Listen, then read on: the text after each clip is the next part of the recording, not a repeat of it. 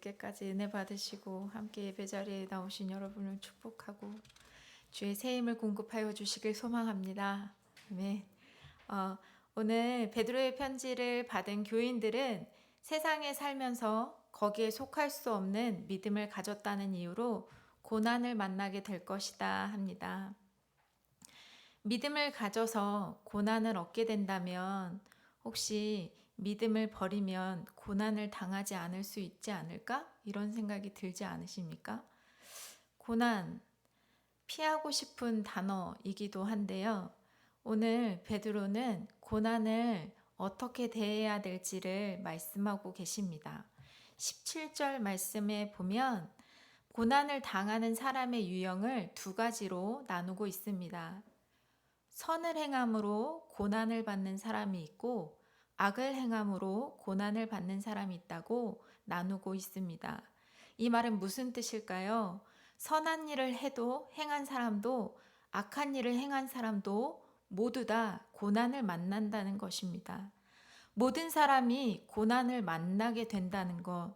그런데 선함으로 고난을 만나는 사람은 그것이 하나님의 뜻이다 라고 말하고 있고, 악함으로 만나는 고난은 삶의 결론이라고 말하고 있지 않지만 삶의 결론이 아닐까 생각해 보게 됩니다.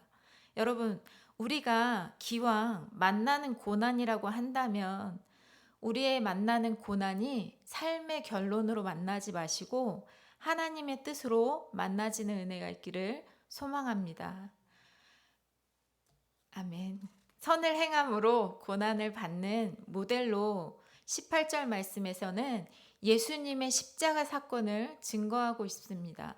우리 18절 말씀 함께 읽어보겠습니다. 그리스도께서도 단번에 죄를 위하여 죽으사 의인으로서 불의한 자를 대신하셨으니 이는 우리를 하나님 앞으로 인도하려 하심이라. 육체로는 죽임을 당하시고 영으로는 살리심을 받으셨으니.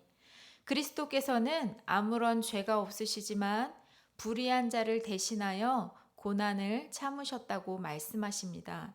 왜 그렇게 하셨습니까? 구원 때문에 살리시기 위해서 죽으셨다고 증언합니다. 원어에서 볼 때 18절은 호티라는 단어로 연결하고 있는데요. 이 단어를 사용해서 이 단어가 예수님의 고난을 성도들의 고난과 뚝 띄워놓고 이야기하고 있는 것이 아니라 선한 일을 행해도 고난을 받은, 하나님의 뜻대로 고난을 받은 성도들의 고난과 예수 그리스도의 고난을 연관지어서 이야기하고 있습니다. 베드로는 여기서 그리스도도 역시 의인이지만 불의한 자를 대신하여 고난받으셨으니 성도들에게서 선을 행하는 가운데 부당한 고난을 받을지라도 그것이 무의미한 것이 아니다 라는 의도를 담고 있는 것으로 볼 수 있습니다.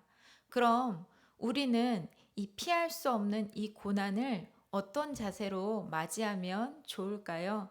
우리 함께 13절 말씀 함께 읽어보겠습니다. 또 너희가 열심히 선을 행하면 누가 너희를 해하리요. 오늘 큐티 본문 해설에 보면 선을 행하다가도 억울하게 고난을 겪을 수 있다고 합니다. 저희 교회 한 청년이 어느 날 저한테 이렇게 하더라고요. 하나님을 믿으니 하나님을 믿는 사람으로서 직장에 가면 먼저 인사도 하고 다른 사람이 해야 할 일들을 대신 도와줬다고 합니다. 하나님을 믿는 사람이면 그렇게 살아야지라는 결정으로 그렇게 했는데 그런 자신의 모습들, 그런데 대가를 바라지도 않고 도와줬는데 정말 선한 마음으로 도와줬는데 그렇게 받는 사람들은 자신을 만만하게 받는지 도와주는 일을 그 사람이 원래 하는 일처럼 당연히 여겨지는 모습들을 보면서 이제는 착하게 살기 싫다고, 그렇게 살 필요가 아무것도 없는 것 같다고 얘기하는 사건을 들은 적이 있습니다. 여러분, 이게 잘못한 걸까요? 이 청년이 정말 만만해서 그런 걸까요? 이게 바로 선을 행하다가 당한 고난이 아닐까요? 하나님께서 오늘 말씀을 통해서 성경은 선을 행하되 열심히 행하라고 말씀하십니다.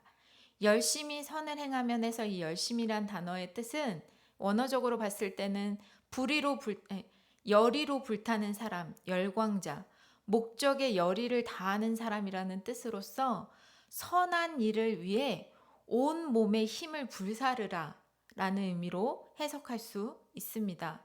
왜 그렇게 하셨을까요? 하나님이 너 고난받고 있어. 내 고난 너무 힘들어. 이 고난에 집중하는 것이 아니라 내가 어디에 열의를 불태워야 하냐면 선한 것에 집중하라고 말씀하고 계십니다. 나 너무 힘들어에 집중하는 것이 아니라 나를 부르신 선을 행하는 것에 내 마음과 중심을 두라고 말씀하고 계신 것입니다. 14절 말씀에서는 의를 위하여 고난을 받으면 복 있는 자니 라고 말씀하십니다. 의를 위하여 고난을 받으라는 의는 그리스도인으로서 열심을 내는 이 선행에 대해서 또 다른 표현 방법입니다. 즉, 대의를 위해서 어떤 손해나 불이익을 감수하는 것을 의미합니다. 세상에서 하나님을 모르는 사람들을 잘 되기 위해 죄인의 길에 서서 세상의 사람들은 하나님을 잘 모르는 사람들은 잘 되기 위해서 죄인의 길에 서고 오만한 자리에 앉고 고난의 자리를 피하기 위해서 자신의 유익만을 바라는 선택들을 할 때 그들과는 다르게 우리는 서야 할 자리가 의를 위하여 고난받는 자리라고 말씀하십니다. 고난을 피해가기 위해 어떤 자리든지 막 찾아내는 것이 아니라 그냥 기꺼이 맞아, 복 받는 자리지, 하나님의 뜻이지, 선을 행하라 하셨지 하면서 그 자리를 선택하라고 하십니다. 사실 고난을 만나는 우리의 심정적 자세는 괴롭고 쉽지 않습니다. 아니, 어렵습니다. 그러나 하나님을 믿는 사람들에게 이런 고난을 피해갈 수 없으면 마주해야 하는 문제라고 말씀하고 계십니다. 왜 우리는 이런 고난을 만나야 하는 것일까요? 악인의 심판으로 만나는 고난은 인정하지만 잘 살았는데 하나님 뜻대로 사는 것 같은데 만나지는 고난은 이해하기가 쉽지만은 않습니다. 그러나 이 고난의 문제마저도 하나님은 이유가 있으십니다. 하나님은 옳으십니다. 하나님은 신실하게 가장 좋고 선하신 길로 나를 인도하시는 아버지 하나님이십니다. 15절 말씀을 함께 읽어보겠습니다.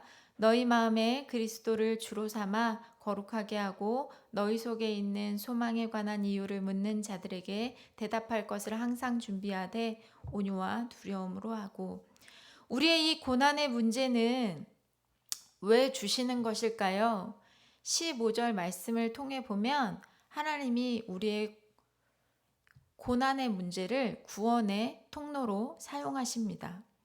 하나님을 안 믿는 사람, 하나님을 모르는 사람들에게 선을 행하면서도 고난을 받는 그리스도인들의 모습이 물음표를 그리게 한다는 것입니다. 저 사람 왜 그러지? 만만한 사람인가? 쟤는 어떻게 저 상황에 참을 수 있지? 저 사람은 뭐야? 왜 그래? 라는 물음표를 일으킨다고 합니다. 의를 위하여 사는데 고난을 만난 사람들을 보면 물음표가 그려진다는 것입니다. 아니, 그 고난 가운데서도 두려워하지 않고 근심하지 않는 이들을 보며 물음표를 그리게 된다는 것입니다. 어떤 물음표요? 구원의 물음표요. 충분히 좌절돼 보이는 상황에서 어떻게 그렇게 소망을 가질 수 있는지. 우리의 고난의 문제는 하나님을 모르는 이들에게 구원의 물음표로 구원받게 하기 원하시는 하나님의 계획을 이루어가는 단계가 된다는 것입니다. 감사하지요. 나를 구원의 도구로 사용하여 주시니 구원의 도구로만 쓰임받고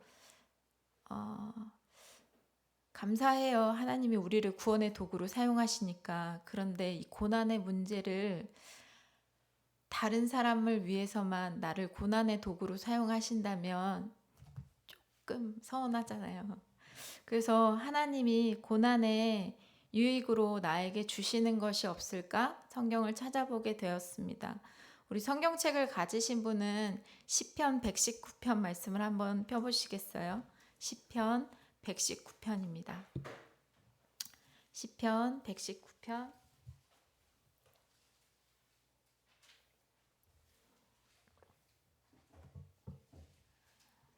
시편 119편 67절 말씀 함께 봉독하겠습니다.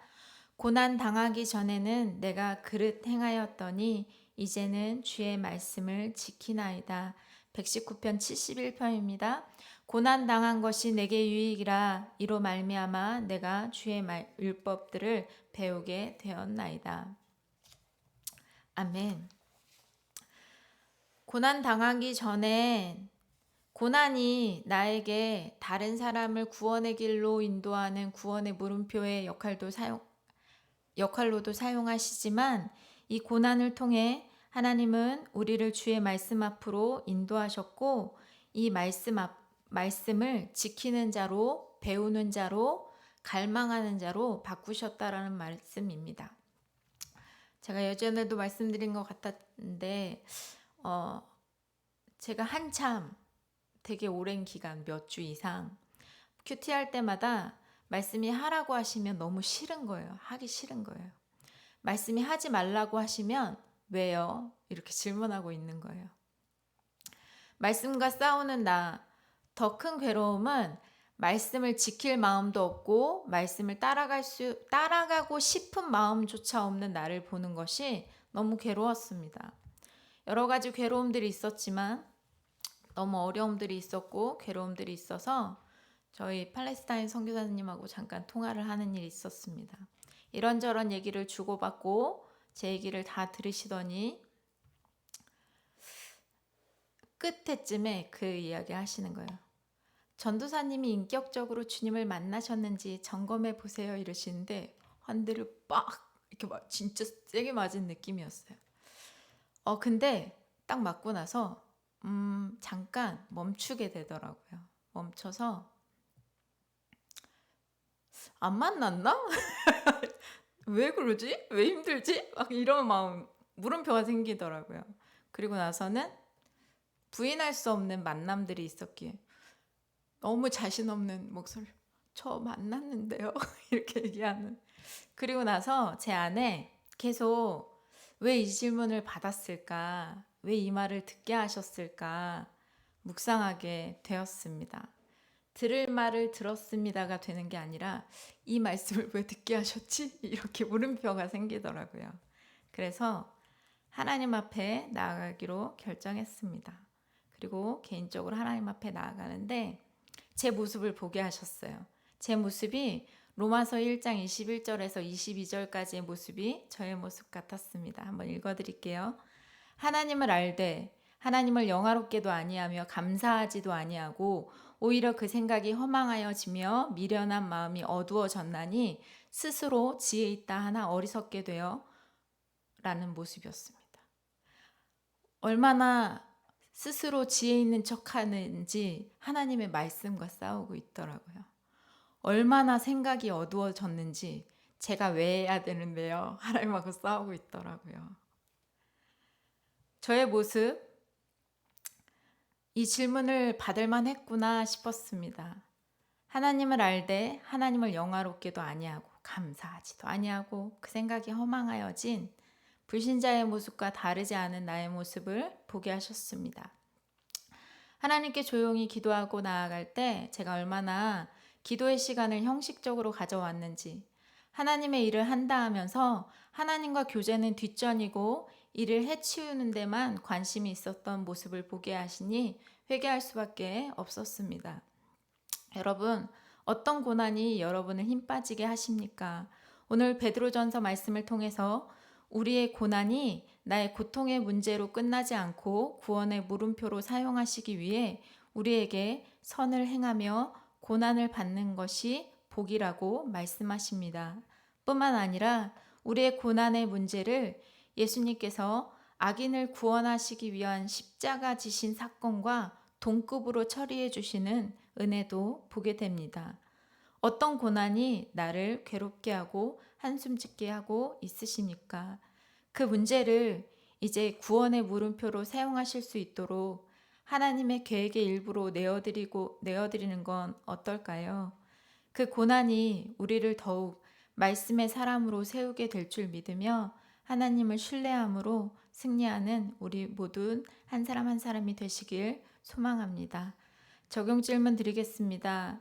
지금 고난, 고통의 문제, 내 고난의 문제는 고통의 문제로 끝나고 계십니까?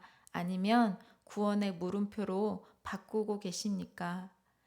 구원의 물음표 되게 하시려면 어떻게 하면 될까요? 우리 적용 질문을 잡고 우리 함께 나의 고난의 문제를 하나님이 사용하실 수 있는 문제인지 아니면 나의 삶의 결론인지 한번 확인해 보시며 하나님께 나아갈 수 있었으면 좋겠습니다.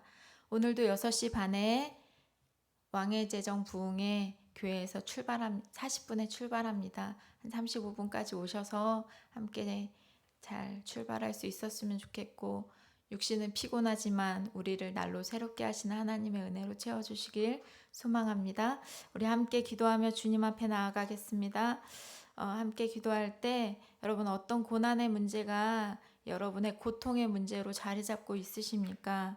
만약 그 고난의 문제가 우리의 삶의 결론이었다면 하나님께 회개함으로 나아가기 원하고, 나의 고난의 문제가 하나님의 계획 안에 있는 선한 일이라면 하나님 이 고난의 문제를 구원의 물음표 되게 하셔서 영혼들을 살리시고 돌아오게 하시고, 하나님 그렇게 하나님의 구원의 계획 가운데 나를 사용하여 주실 줄 믿고 감사하는 기도 올려드렸으면 좋겠고, 하나님 이 복된 자리를 내가 잘 감당할 수 있도록 주님 은혜 베풀어 주십시오. 함께 기도하며 주님 앞에 나아가겠습니다. 함께 기도하겠습니다. 하나님 감사합니다. 우리가 혼자 있는 것이 아니라 우리와 함께 하시는 주님 계시기에, 나를 인도하시는 주님 계시기에 하나님 오늘도 오늘 하루를 하나님 살아갑니다. 하나님 우리의 소망 되신 주님, 우리 가운데